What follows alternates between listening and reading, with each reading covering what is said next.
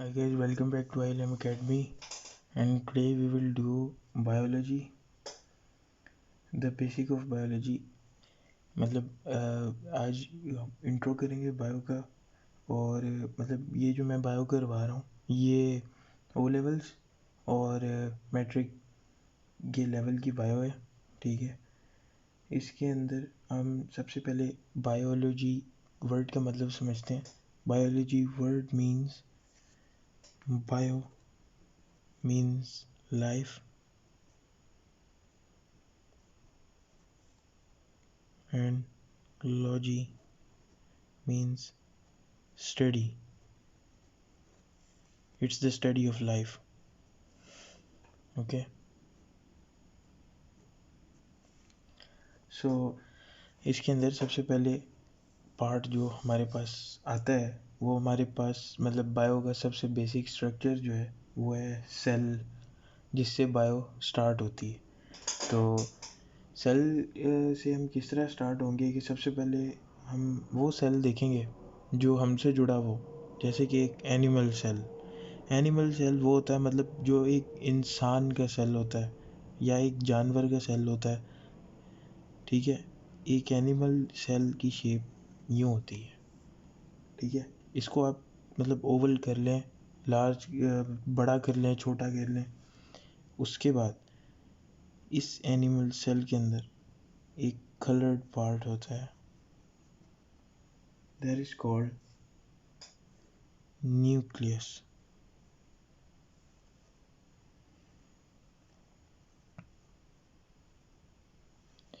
Okay, इसके अंदर एक कलर्ड पार्ट है न्यूक्लियस। ये जो पूरा एरिया है इसको हम कहते हैं साइटोप्लाज्म। अभी मैं ये सारी चीज़ें डिटेल में एक्सप्लेन करूँगा। ठीक है, उसके बाद बस इसका इतना ही होता है। और ये जो एक बाउंड्री है ना, इसको हम कहते हैं सेल मेम्ब्रेन। ओके, तो ये एक बेसिक है सेल का। उसके बाद हम चलते हैं एक प्लांट सेल की शेप की तरफ, जो कि इस तरह एक रेक्टेंगल शेप के अंदर होता है। हाँ, इसकी बाउंड्री के साथ साथ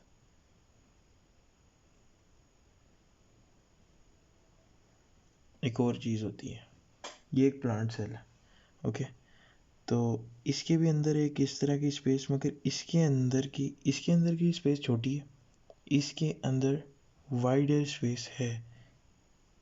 क्यों है वाइडर स्पेस वो भी आपको आगे जाके पता लगेगा। ओके, इसके अंदर छोटे छोटे ज़्यादा सारे बॉल्स टाइप ऑर्गन्स बने होते हैं।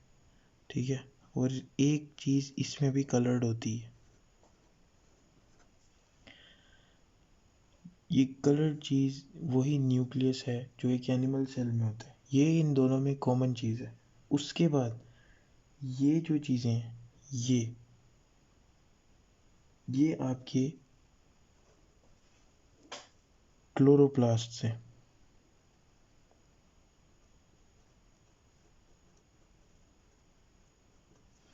ये आपके क्लोरोप्लास्ट हैं। ये इनका भी फंक्शन है, वो भी मैं बताऊंगा आगे। और उसके बाद ये जो एम्प्टी स्पेस है इसको हम कहते हैं sap vacuole. Okay, and this outer boundary is called cell wall. अब हमने इनकी शेप्स और शेप्स के अकॉर्डिंगली नेम्स का तो पता लगा लिया। अब इनमें एक एक चीज़ का फंक्शन क्या है वो पता लगाते हैं। तो सबसे पहली चीज़ cytoplasm. This living material that makes up the most of the cell is called cytoplasm. Cytoplasm cell का मोस्ट ऑफ द एरिया बनाता है। ठीक है, रनिंग लाइक जेली होती है, जेली फॉर्म में होता है। और इसके अंदर मैनी सब सेलुलर ऑर्गेनेल्स होते हैं मीन्स कि ऑर्गेनील्स ये चीज़ें होती हैं जो एक सेल के अंदर हों, जैसे ये या फिर ये, ठीक है। तो सेल मेम्ब्रेन के अंदर मैनी ऑर्गेनील्स होती हैं, ठीक है। उसके बाद ये सेल का लार्जेस्ट पार्ट होता है। It is the largest part of the cell such as chloroplast and many chemical reactions take place in the cytoplasm. में केमिकल रिएक्शन जो होते हैं वो भी साइटोप्लाज्म के अंदर जो है वो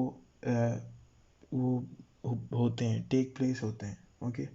और इन केमिकल रिएक्शंस को कहा जाता है मेटाबॉलिक रिएक्शन और इस सिस्टम को कहा जाता है मेटाबॉलिज्म। उसके बाद आपका आ जाता है inner part of the cell जिसको कहते हैं हम nucleus. One of the largest organelle visible in the cell is nucleus. एक लार्जेस्ट ऑर्गेनेल जो सेल में विजिबल होता है वो होता है organelle. Most type of the cell have a single nucleus embedded in the cytoplasm. A few kinds of specialized cells, मतलब कुछ सेल्स के अंदर ना सिंगल न्यूक्लियस होता है, मगर कुछ स्पेशलाइज सेल्स होते हैं जिनके अंदर मतलब एक से ज़्यादा होते हैं, okay. So the nucleus controls the metabolic reactions taking place in the cell. ये भी मेटाबॉलिक रिएक्शन को, उस मेटाबॉलिक रिएक्शन को टेक प्लेस होने में कंट्रोल करता है, ठीक है। उसके बाद it contains the genetic material called genes. Genes जो है वो इस न्यूक्लियस के अंदर पाई जाती है। Then within the largest thread like structure called chromosomes. Chromosomes भी इसके अंदर पाए जाते हैं। थ्रेड लाइक स्ट्रक्चर्स होते हैं, rarely visible in the cells होते हैं। और except the cell is divided, genes are made for the chemical DNA. They control metabolism by determining which proteins of the cell can produce. In a particular a class of proteins is called enzyme. Enzymes वो चीज़ें होती हैं जो आपकी cell के chemical reaction को boost up करती हैं। केमिकल रिएक्शन जब टेक प्लेस हो रहा होता है तो उसको और स्पीड देने के लिए एक चीज़ बनती है जिसको कहा जाता है एंजाइम्स, ठीक है। प्रोटीन, चेन ऑफ प्रोटीन है, उसको कहा जाता है एंजाइम्स, ओके। तो एंजाइम्स भी इसी के अंदर क्रिएट होते हैं। नाउ हम आ जाते हैं सेल मेम्ब्रेन पे। सेल मेम्ब्रेन जो है वो सिर्फ एक आउटर बाउंड्री है, पार्शियली परमिएबल है। इसका मतलब क्या है कि जो एनिमल सेल है इसका सेल पार्शियली परमिएबल है। वो किस तरह है अब मैं आपको बताता हूँ। जब आप पानी पियेंगे तो पानी के जो हैं वो मॉलिक्यूल्स जो हैं वो इस सेल के अंदर जाएंगे। अब आप एक एक्सेस वाटर पीने के बाद आपसे पानी नहीं पिया जाता। क्यों नहीं पिया जाता? क्योंकि सेल की एब्जॉर्प्शन का लेवल मैक्स रीच हो गया होता है। इस वजह से आप पानी फर्दर नहीं पी सकते। तो ये सेल मेम्ब्रेन का काम होता है कि पानी और ऐसे छोटे छोटे मॉलिक्यूल्स जो सेल के लिए फ़ायदेमंद हो सिर्फ उसको अंदर आने दें, बाकी किसी चीज़ को अंदर नहीं आने देता। किसी बड़े मतलब कोई भी बड़ा मॉलिक्यूल हो, जैसे इफ़ यू ईट शुगर तो शुगर का मॉलिक्यूल आपके सेल में नहीं जाएगा, okay. So the next part we have to discuss is cell wall. ये जो आउटर बाउंड्री है ये सिर्फ प्लांट के सेल में पाई जाती है क्या? The cell wall is non living structure surrounding the living cell membrane. Cell membrane को सराउंड किया होता है इसने, मतलब उसके बिल्कुल ऊपर वाले हिस्से पे होती है। It is made of carbohydrate of cellulose. ये एक शुगर से बनी है जिसका नाम है सेलुलोज, ठीक है। कार्बोहाइड्रेट है जो इसकी शेप को मेंटेन करके रखता है। और ये इतना हार्ड होता है कि ये एक प्रेशर जिसको स्टेट ऑफ टर्गर कहते हैं, टर्चर, ठीक है, उस प्रेशर को टर्चर कहा जाता है। उस प्रेशर को ये मेंटेन करता है। और वो प्रेशर कब बनता है कि अगर हम इस सेल के अंदर पानी भरते जाएं। एक प्लांट सेल है ना, क्या लेता है? सिर्फ पानी लेता है। भरते जाएं तो ये सेल फूलता जाएगा, ऊपर से भी, इधर से भी, इधर से भी।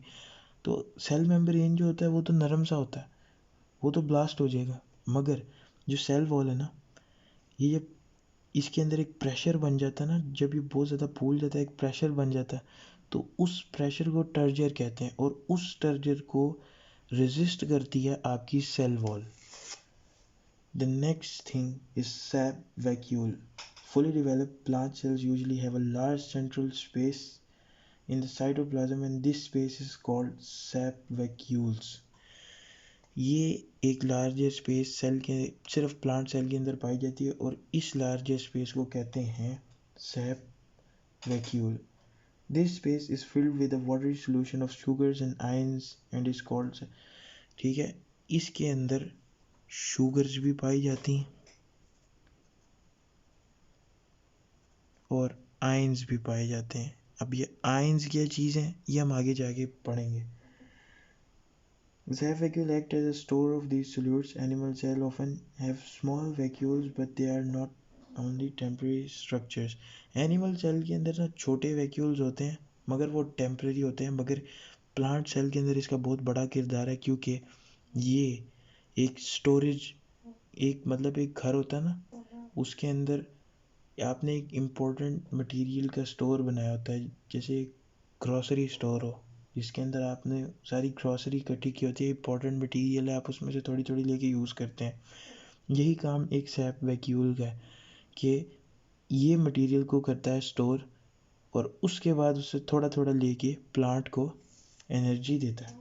ओके, सो आज के लिए इतना ही और नेक्स्ट वीडियो के अंदर मैं आपको फर्दर स्पेशलाइज्ड सेल्स जो इन्हीं ह्यूमन सेल्स के अंदर और प्लांट सेल्स के अंदर कुछ स्पेशलाइज्ड सेल्स हैं उनके बारे में बताऊंगा.